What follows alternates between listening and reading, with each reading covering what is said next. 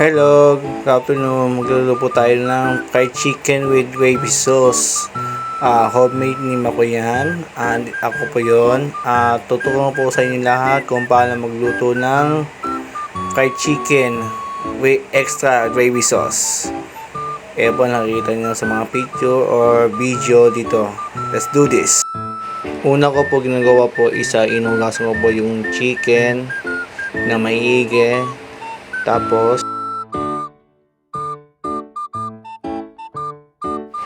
Tapos iniwa ko po na maigi. Tapos yan, nakikita nyo guys. Subantikasan guys sa bandang kaliwa. Yan. Yan ang drumstick. Yan, leg part. Yan. Todo hiwa ko yan po. Mga kalodi. Yan.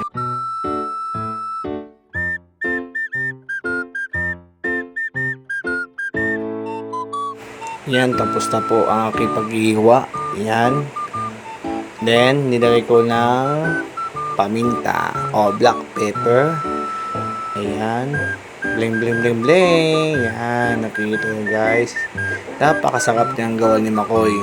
Then, nilagay ko ng salt. Yan. Then, pakatapos po, isa magic sarap. Optional naman po yan, optional. Kung gusto nyo na hindi nyo lagyan ng magic sarap, okay lang po. Depende po sa inyo guys. Then, 1 piece of egg. Yan, para kumakapit siya ng mga harina o may kasunod pa yan guys. May crispy fry po tayo dyan maya. Then, minimix ko. Yan. Then, mix the chicken. Yan po guys, ginamit crispy fry. Let's go. Yan, crispy fry.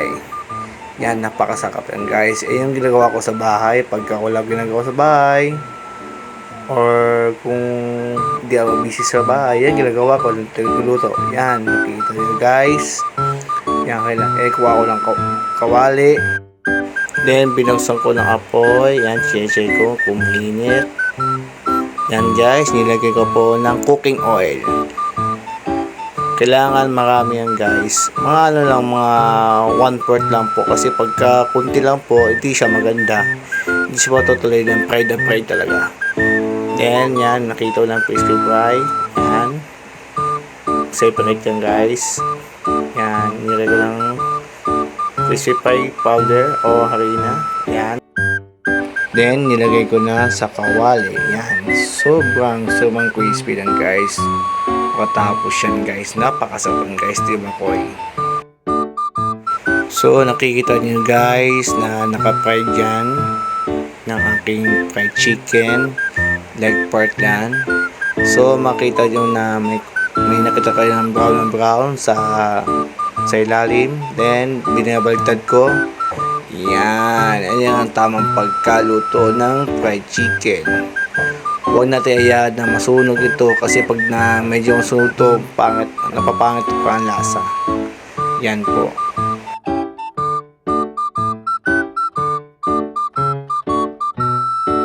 Ayan siya guys. Brown na brown talaga yan guys. Then, nilagay ko sa stirrer para pinapatulo ko po yung mantika. Yan, makita nyo guys. Todo paglagay niya at iniingatan ko yan guys. Napakasarap guys. Sobrang tostado yan. Then, yan na siya guys. Then, pagkatapos yan guys. Yan. How to make the gravy sauce. Let's do this. Yan guys. Butter. Cubes po. And then cornstarch. And then soy sauce. Yan. And then black pepper. And then malig sarap. Optional po siya. Yan po ang mga recipe for gravy sauce. Let's do this. Yan. Pinapainan ko po ng kawali. Then pinahinaan ko po yung kawali. Huwag mo masyadong pakasin ng apoy kasi pagka pinalakas at ng apoy, mapapangit po siya at tumitigas. Yan. Kailangan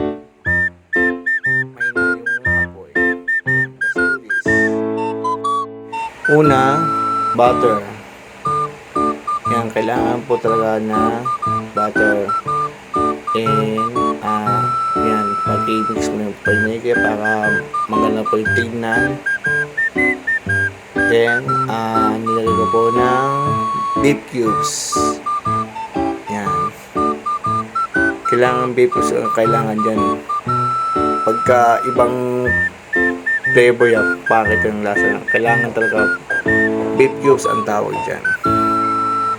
Yan. Yan po guys, minimins ko yan guys, minimins ko po yan para mabilis siya matunaw. Yan, minimix ko.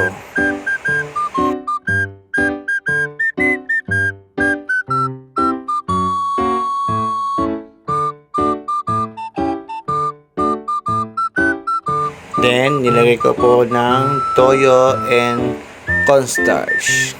Yan. Kailangan paka-check ng apoy sa ilalim. Then, nilagay ko po una ng water para mabilis siya na pagpalapot. Yan. Minimix ko po dyan. Then, nilagay ko ng cornstarch. Yan. Dahan-dahan lang po guys. Dahan-dahan lang.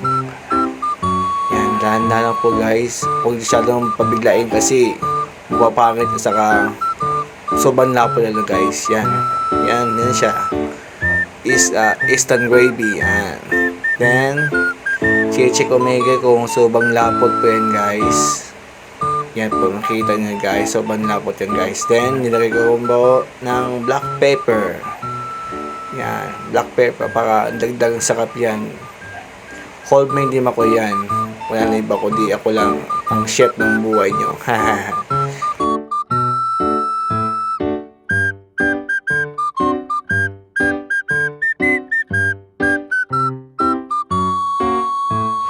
Then, finished product na po. Ang aking luto ko po is fried chicken with extra gravy sauce.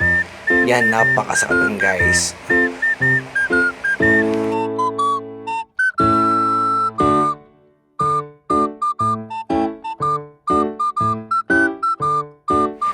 Then, elbow ako. Yan. Tinikpan ko po ng isang piraso kasi gutom na gutom talaga ako guys.